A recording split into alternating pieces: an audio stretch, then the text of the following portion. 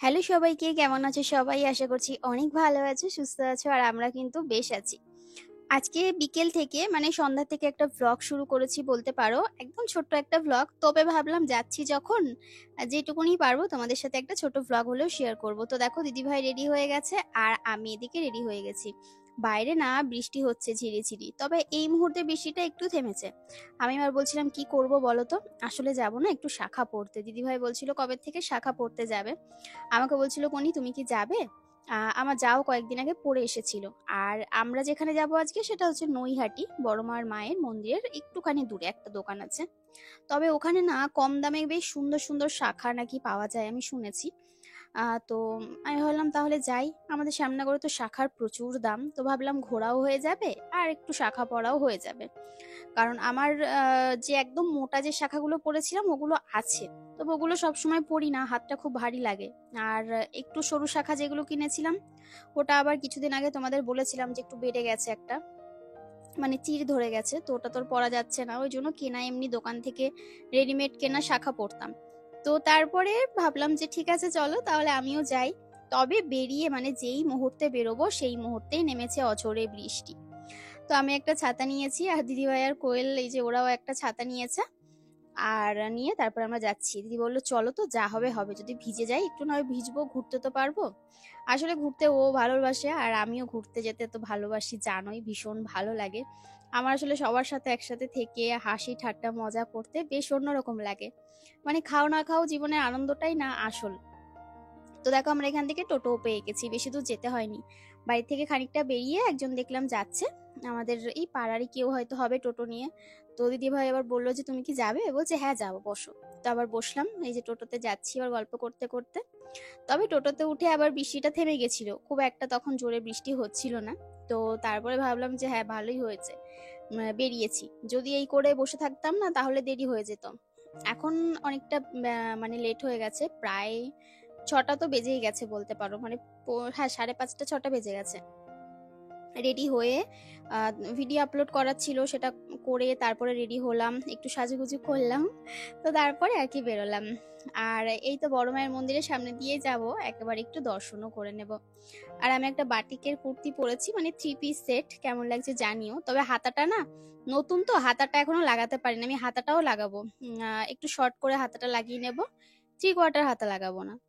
আর এই তো আমরা এসে গেছি, ট্রেনে বেশ খানিকটা ভিড় ছিল। আর ট্রেন থেকে নেমে এই যে নৈহাটি স্টেশন থেকে সোজা হাঁটা। অনেকেই না টোটোতে করে আসে, তবে টোটোতে করে আসতে হয় না, গিয়ে একদম সামনে, বেশিক্ষণ লাগে না। আর তো ভাবলাম যে না হেঁটে হেঁটেই যাই, বলছিল যে টোটোতে করে যাবে অনেকেই বলে, তবে না না এই তো সামনে, দুপা দিলেই এগিয়ে চলে যাব। আর এখানে দোকান দিকগুলো বেশ দেখতে ভালো লাগছিল। সবচেয়ে ভালো লাগছিল ব্লাউজের দোকান ছিল বেশ কয়েকটা। আর বাচ্চাদের জামা ছিল, আমি বললাম বেশ ভালো লাগছিল। তবে আমার মেয়ের জন্য একটা জামা পছন্দ হয়েছিল, আমি বললাম এরকম জামা হবে 8 9 বছরে, বলছে এরকমটা হবে না। তো আরো কয়েকটা দেখলাম, তবে ওইটাই আমার বেশ ভালো লেগেছিল, ওই জন্য আর আনা হয়নি। আর এদিকে যে বড় মায়ের মন্দির তোমাদের একবার দেখিয়ে দিলাম। তারপরে আমরা আসলাম এই দোকানটায়। তবে না দোকানের বাইরের ভিডিওটা করা হয়নি, দোকানের নামটা কি সেটাও আমি জানি না। তবে দোকানের লোকগুলো ভীষণ ভালো ছিল, মানে আমরা অনেকক্ষণ ধরে শাখা পছন্দ করছিলাম। আসলে আমার একটু পছন্দ মানে নিজের মনের মতো না হলে সেটা হয় না। মনে হয় যে ইস একটু খুঁতখুঁতে, আমি মানে খুঁতখুঁতে টাইপের। অনেকক্ষণ ধরে বেছে বেছে তারপরে ফাইনালি একটা শাখা আমার পছন্দ হয়েছিল। তো আমরা খানিকক্ষণ প্রথমে দাঁড়িয়েছিলাম, আমি আবার উনি আবার বললো যে এইখানে বসো, ওখানে তো ভিড় আছে। তো আমি আবার এই সাইডটায় বসেছিলাম। আর ছাতা পুরো ভেজা, ছাতাটাও রাখলাম একটা জায়গায়। তারপর এদিকে যেরকম শাখা পরবো সেরকম দেখাতে বলছিলাম। আমি দেখো ওই যে যেগুলো বেকি শাখা বলে না, ওগুলো দিদিভাই পরবে বলছিল, ওই জন্যই আসা। আর আমি তো বেকি শাখা অনেকবার পরেছি শ্যামনগর থেকে, তবে আমার আর ওই শাখা পরার ইচ্ছা নেই। এমনি নর্মালি সবাই যেরকম শাখা পরে না, একটু লতা পাতা ডিজাইন আঁকা, ফুল টুল আঁকা, ওই ধরনের একটা সিম্পলের মধ্যে একদম শাখা চাইছি। তবে বিশ্বাস করবে না, আমার শাখাটা এখান থেকে কিনেছি, তোমাদেরকে দেখাবো পরার পর। মানে এখনো পর্যন্ত তো দেখলাম ভালোই আছে।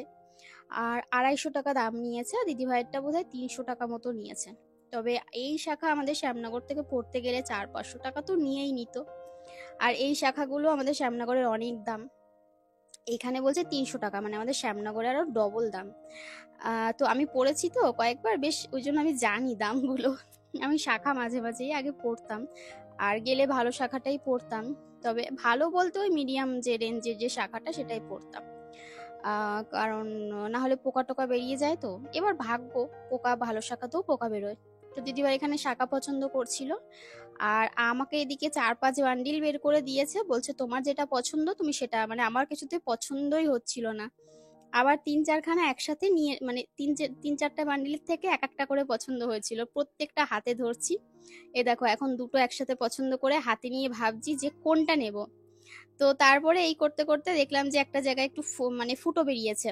তো আমি চাইছিলাম পুরো একদম ফ্রেশ, তবে দেখো 250 টাকায় ফ্রেশ শাখা পাওয়াটা খুব মুশকিল। তবে আমি বেছে যে শাখাটা নিয়েছি ওটা পুরো ফ্রেশই ছিল।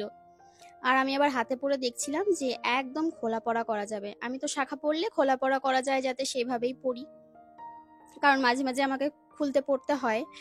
আর যে কারণে আর কি খোলা পড়া করতে আমার সুবিধা হয়, না হলে না আমার মানে উজ্জ্বলে হুইল চেয়ারে বাড়ি টাড়ি লেগে জামা কাপড় যে কোনো মানে কিছু করতে গিয়েই আমার বেড়ে যায়, খুব তাড়াতাড়ি শাখা বেড়ে যায়। তো এদিকে দেখো অনেক রকম দেখে তারপরে ফাইনালি একটা পছন্দ করলাম, মানে 4-5টা ডিজাইন হাতে ধরে রেখেছিলাম, সেগুলো তারপরে দেখে দেখে তার মধ্যে থেকে একটা পছন্দ করলাম। তো উনি বলছিল যে দেখো কোনটা পছন্দ, তুমি বাছো, কোনো ব্যাপার নেই, টাইম নাও। তো দিদিভাইয়ের শাখা কিন্তু পড়া হয়ে গেছে, আর আমি এবার এদিকে শাখা তো পছন্দ হয়েই গেছে, একটু বড় নিলাম। মানে আমার হাতে যে শাখা লাগে সেটা হচ্ছে তোমার 24 সাইজ। তবে তোমার একটু মানে খোলা পড়া করার মতো শাখা নিলে 26 সাইজটা হয়ে যায়।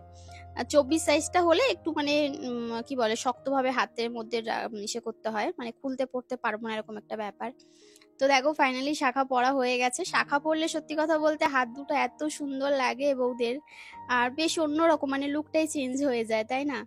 তারপরে ওখান থেকে বেরিয়ে পয়সা টয়সা দিয়ে তোমার বেরোলাম ব্লাউজের দোকানে, ব্লাউজ নেব বলে।